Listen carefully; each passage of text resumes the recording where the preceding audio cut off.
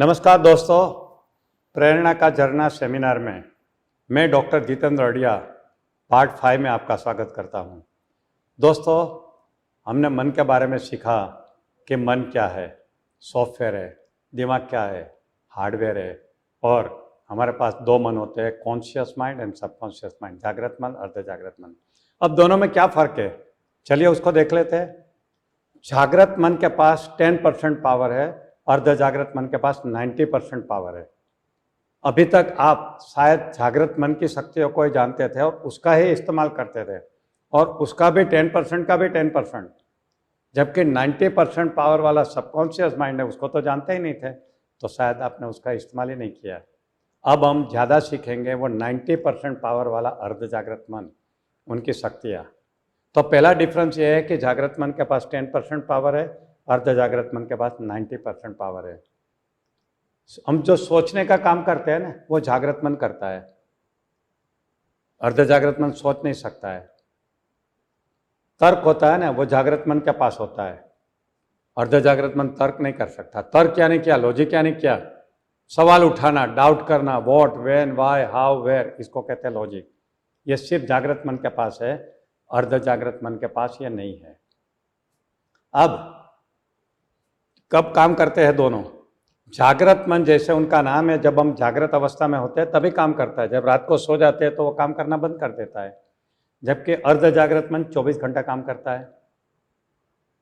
दूसरी बात कि जागृत मन एनालिटिकल माइंड है और अर्ध जागृत मन क्रिएटिव माइंड है।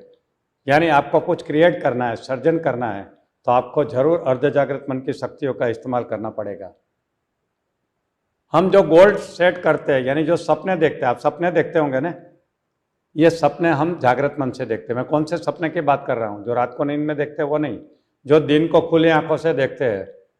आपने शायद सुना होगा, एपीजे कलाम साहब ने कहा था कि सपने वो नहीं होते जो रात को नींद में देखते हैं, सपने वो होते हैं जो आपको सोने नहीं देते।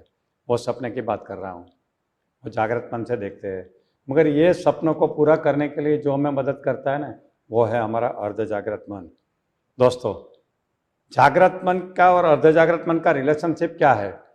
जागृत मन बॉस है, अर्ध जागृत मन उसका सेवक है। कमाल की बात है, 10% वाले को भगवान ने बॉस बना दिया और 90% वाले को सेवक बनाया। कुछ सोच के ही बनाया होगा दोस्तों। अब बॉस का काम क्या रहता है? मांगने का। और सेवक का काम क्या रहता है? जो बॉस मांगे वो देने का। फिर प्रॉब्लम कहाँ पे है? लोग क्यों दुखी है, लोग क्यों निष्फल है? उसके 3 कारण है। बॉस को ये नहीं मालूम कि मेरे पास इतना बड़ा सर्वेंट है। कारण नंबर 2, बॉस को ये नहीं मालूम कि उसको मुझे क्या काम देना है। तीसरा, बॉस को ये नहीं मालूम कि मुझे कैसे काम देना है। आज आपको ये पता चल जाएगा कि आपके पास एक बहुत पावरफुल सर्वेंट है, उनसे क्या मांगना है और कैसे मांगना है। फिर मजा मजा मजा। एक और बात बताऊं दोस्तों, conscious mind is a programmer, computer की भाषा में बता रहा हूं, और subconscious mind is a programmable computer. यानी कंप्यूटर में जो भी प्रोग्राम है वो हिसाब से हमें रिजल्ट मिलता है। हमारी लाइफ में जो रिजल्ट मिला है वो हमारे सबकॉन्शियस माइंड में जो प्रोग्राम पड़े, जिसकी वजह से हमारा बिहेवियर आता है, उसकी वजह से। अगर गलत रिजल्ट है तो गलत प्रोग्रामिंग हो चुका है, मगर कॉन्शियस माइंड प्रोग्रामर का काम करके उसको बदल सकता है, सीख सकता है। दोस्तों, आप प्लानिंग करते होंगे ना, प्लानिंग 2 टाइप का होता है। एक कॉन्शियस माइंड से होता है, जो हम छोटा मोटा प्लानिंग कर लेते हैं, क्या खाना, क्या पीना, किसको मिलना। और एक होता है बहुत बड़ा प्लानिंग, वो सबकॉन्शियस माइंड करता है। अब कॉन्शियस माइंड को ह्यूमन माइंड कहते हैं, सबकॉन्शियस माइंड को डिवाइन माइंड कहते हैं, मानवीय मन और देवी मन। अब देखिए, मानवीय मन जो भी प्लानिंग करेगा वो मानवीय प्लानिंग होगा, ह्यूमन प्लानिंग होगा। मगर अर्ध जागृत मन जो डिवाइन माइंड है, वो जो प्लानिंग करेगा वो डिवाइन प्लानिंग होगा। दोनों में से अच्छा कौन करेगा? Of course subconscious mind, divine planning. दोस्तों, कोई भी बड़ा काम करना है ना, कॉन्शियस माइंड से प्लानिंग मत करिए, सबकॉन्शियस माइंड से करवाइए। मैं करवाता हूँ और मुझे ज़बरदस्त रिजल्ट मिलता है। दोस्तों, ये दोनों के बीच में फ़र्क है। कॉन्शियस माइंड के पास एक फिल्टर है, एक समझ है कि ये काम अच्छा है कि बुरा है। मगर सबकॉन्शियस माइंड के पास ऐसा कुछ नहीं है, वो तो चिट्ठी का चाकर है, जो कहोगे वो करेगा। और बताओ एक बात, जागृत मन हमारा माली है और अर्ध जागृत मन एक फलद्रूप जमीन है। जमीन को ये नहीं मालूम कि मालिक के मन में क्या चल रहा है। वो तो जो बीज डालेगा वो हिसाब से पेड़ बना के देगा। बबूल का बीज डालेगा तो बबूल का पेड़, आम का बीज डालेगा तो आम का पेड़। वो ये नहीं सोचता कि इसने गलती से ये बीज डाला है। उसका धर्म यह है कि उनको जो बीज मिले वो हिसाब से उनको पेड़ उगाना है। ऐसा ही हमारा सबकॉन्शियस माइंड है, क्योंकि उसके पास लॉजिक नहीं है, थिंकिंग नहीं है। जो भी बीज डालोगे, यानी जागृत मन जो भी कहेगा वो अर्ध जागृत मन फेथफुली करेगा। बहुत संभालना है दोस्तों। अब ट्रेनिंग की जरूरत किसको होती है?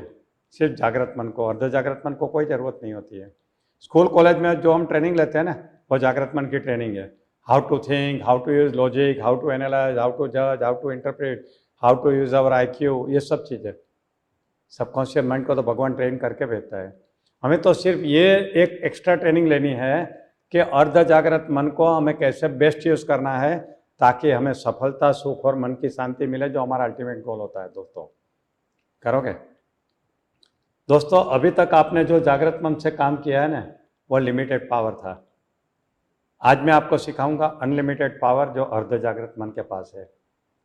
दोस्तों, अर्ध जागृत मन की शक्ति का इस्तेमाल करके आप जो बनना चाहे बन सकते हैं, करना चाहे कर सकते हैं, पाना चाहे पा सकते हैं। In short, you can achieve anything and everything by using the power of subconscious mind. क्या क्या कर सकते हैं, क्या क्या पा सकते हैं, क्या क्या बन सकते हैं, चलिए अगले पार्ट में देखेंगे। पार्ट 6 में, पार्ट 5 यहाँ पे ख़त्म होता है। All the best.